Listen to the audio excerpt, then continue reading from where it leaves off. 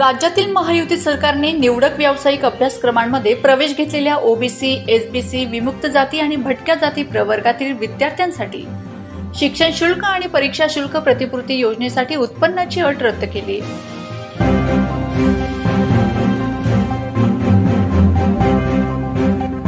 यामुळे आता पालकांचे 8 लाखांपेक्षा अधिक उत्पन्न असलेल्या विद्यार्थ्यांनाही शैक्षणिक शुल्क प्रतिपूर्ती योजनेचा लाभ मिळणार आहे.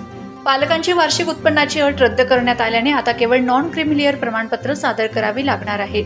महायुतीच्या या क्रांतिकारक निर्णयाचं ओबीसी समाजाकडून स्वागत करण्यात आलंय.